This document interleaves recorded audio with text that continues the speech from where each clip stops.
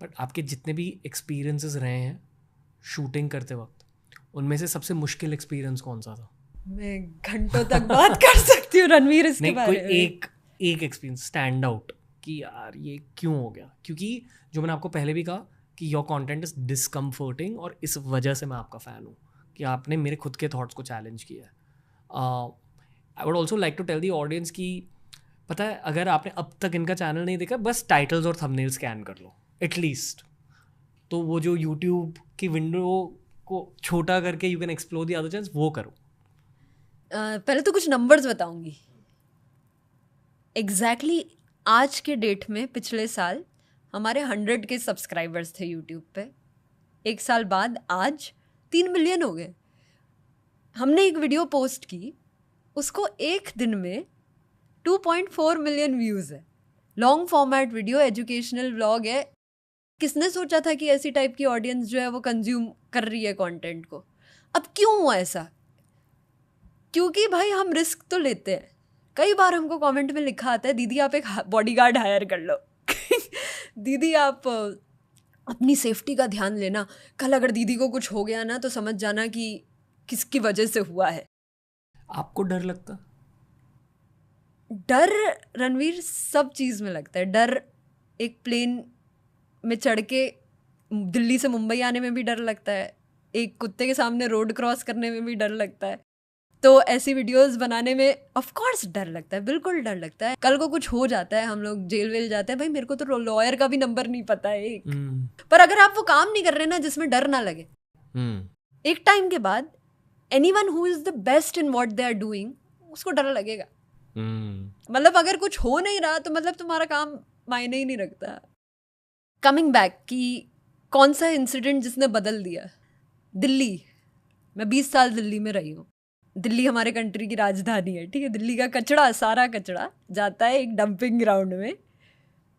जिस dumping ground के एकदम साइड में दिल्ली का सबसे बड़ा मीट मार्केट, दिल्ली का सबसे बड़ा सब्जी मंडी, दिल्ली की सबसे बड़ी फ्लावर मार्केट, दिल्ली की सबसे बड़ी डेयरी है, ठीक है। मतलब दिल्ली में जो भी पिज्ज़ा बर्गर में चिकन डल रहा है, जो भी दूध आ रहा है वो वहाँ से आ रहा है। हम पहुँच गए अपना कैमरा लेके वहाँ पे। वो माफिया इतने बड़े थे कि उन्होंने सीधे आके मेरा हाथ पकड़ा, वीडियोस डिलीट की और मेरे वीडियोग्राफर को मारने लग गए। ये कचरे का माफिया? कचड़े का माफिया है। माफिया है ही क्यों, ये भी समझाइए। हाँ, good question. Let me think about it. I haven't thought about it, but let me spitball my ideas here. कि जब आबादी बहुत ज़्यादा होती है ना, तो लोगों को पावर में आने के लिए कुछ ना कुछ जरिया ढूंढना पड़ता है। तो इंडिया में तुम देखोगे तो हर चीज़ का एक माफिया होगा। सैंड तक का माफिया है जो कि सैंड को बेच के कमा रहा है। कचड़े को बेच के, हम लोग जब उस डंपिंग ग्राउंड में गए तब हमें पता चला कि एक प्लास्टिक की थैली जो है वो 10-10, 20-20 रुपए में बिक रही है। तो वो कचड़ा नहीं है, वो सोना है भाई, सबके लिए वो गोल्ड है वो।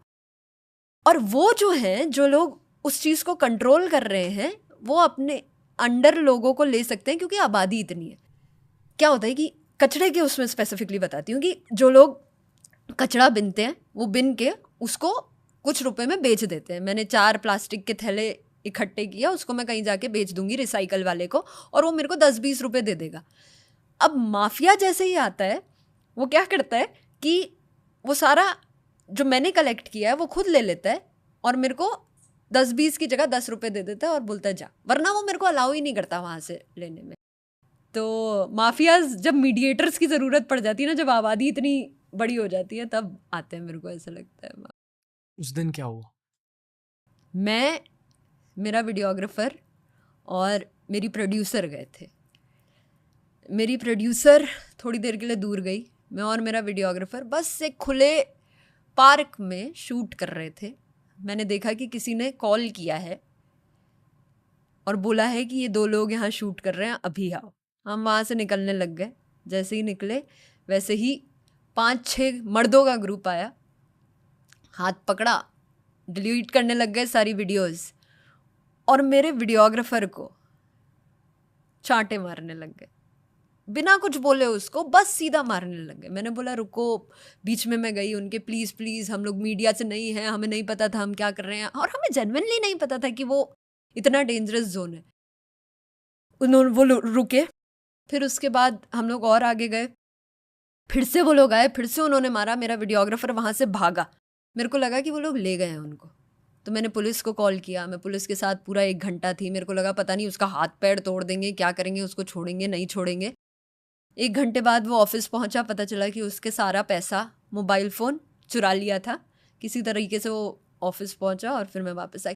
पर ये किसी के भी साथ हो सकता है। तुम अगर बाहर निकल रहे हो, तुम्हें नहीं पता कि तुम्हारी सेफ्टी क्या है, and especially as a woman. उन लोगों को फिर टैकल कैसे किया? वो वीडियो बनाया आपने? वीडियो है, अभी भी है यूट्यूब पे। उस वीडियो पे 6 मिलियन व्यूज़ हैं और उस वीडियो का नाम है इंडिया टॉलेस्ट डंपिंग ग्राउंड। उस वीडियो की अभी भी रिकॉर्डिंग है। उस वीडियो की आप जा करके 16 मिनट पे देखोगे तो आपको रियल रिकॉर्डिंग मिलेगी कि कैसे उन्होंने बोला, क्या बोला मारते समय, और क्या मैंने उनको रोकने की कोशिश की, फिर भी वो मारते गए। तो फिर क्या किया अगली बार जब आप शूटिंग करने गए? मैं वापस आई घर, मैं हिल गई थी। मेरे को लगा कि ये करना भी चाहिए, हमको नहीं करना चाहिए। ये तो शायद जर्नलिस्ट इसलिए ही नहीं करते हैं क्योंकि कोई सच्चाई दिखाना ही नहीं चाहता है।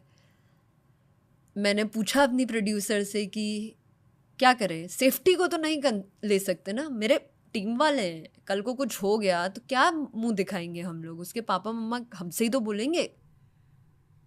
फिर मेरी टीममेट ने बोला, प्रोड्यूसर ने, कि रुको मेरे को 1 दिन दो। और वो इतनी स्ट्रॉन्ग सिस्टमैटिक वुमन है, उसने 10 NGOs के नंबर निकाले और फिर हम लोग फिर से गए वहाँ पे। इस बार NGO के थ्रू गए। किसके साथ? NGO के पर्सन ने हमारे साथ थे पूरे शूट के दौरान। और NGO में भी 2 लड़कियां थी हमारे साथ, पर वो 2 लड़कियां वहाँ की ऐसी डॉन थी कि कोई आए बोले हमसे कुछ, तो उन्होंने फिर संभाला। और भी लोग आए? और भी लोग आए। अब वो तो हम लोग गली में ही चल रहे थे ना, तो सबसे बात करते जा रहे थे, जिन जिन के घर, जिन जिन के लोग से मिलते जा रहे थे, उनसे हमने बात करते जा रहे थे। आप इमेजिन करो रणवीर, ये कोई ऐसी जगह नहीं है कि हम लोग खाली मैदान में। इंडिया की गलियां ऐसी हैं कि आप इतने से एरिया में जाएंगे, आपको हर 1-1 फीट में घर दिखेंगे, लोग दिखेंगे, बहुत भीड़ दिखेगी। तो वो हम बात करते गए वाली चीज़ थी। ऐसा है वो सीन। पर उस दिन कोई नहीं आया? उस दिन तो कोई नहीं आया। उस दिन तो समझ ही नहीं आया क्या करें अब, कि क्या किसको कॉल करें। मेरे मम्मा पापा कहती है कि तुम जो काम कर रहे हो ना, उसमें तुम्हें पॉलिटिकल बैकिंग या फिर स्ट्रॉन्ग पुलिस बैकिंग या लॉयर बैकिंग, जिन लोगों का दबदबा हो, वो चाहिए। Do you agree? चाहिए चाहिए चाहिए, क्योंकि अभी भी तुम देखोगे तो कई जो ये काम बिना इन्फ्लुएंशियल सपोर्ट के नहीं हो सकता। ये काम बहुत रिस्की है। वरना किसी ने रीच आउट करा अब तक? बहुत लोगों ने, पावरफुल पीपल, बहुत गवर्नमेंट्स ने। इस वीडियो के जाते ही हमें कई सारी गवर्नमेंट्स के कॉल आए कि आप हमारे यहाँ आइए, हम ये बनाएंगे, हमारे यहाँ आइए, हम ये बनाएंगे। पर मेरे को ये बताना है सब लोगों को कि ये एक सरकार की प्रॉब्लम नहीं है। जो भी हम लोग जिस भी गली, स्लम, जिस भी पिछड़े हुए इलाके में जाते हैं ना, वो ऐसा नहीं है कि अभी वाली सरकार ने उसको पूरा निगलेक्ट कर दिया है।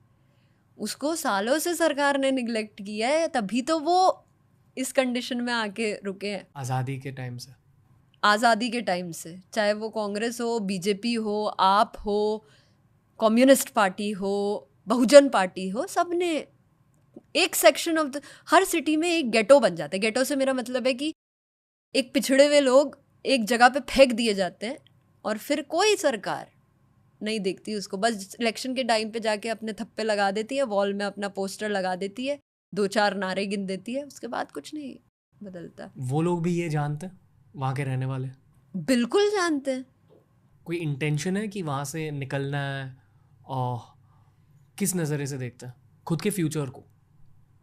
इंडिया की सबसे ख़राब बात यह है कि हमने कुछ ही सिटीज़ को डेवलप किया। हमने सोच दिया कि हमारी पूरी ज़िंदगी मुंबई जाके बेटर हो जाएगी, दिल्ली जाके बेटर हो जाएगी।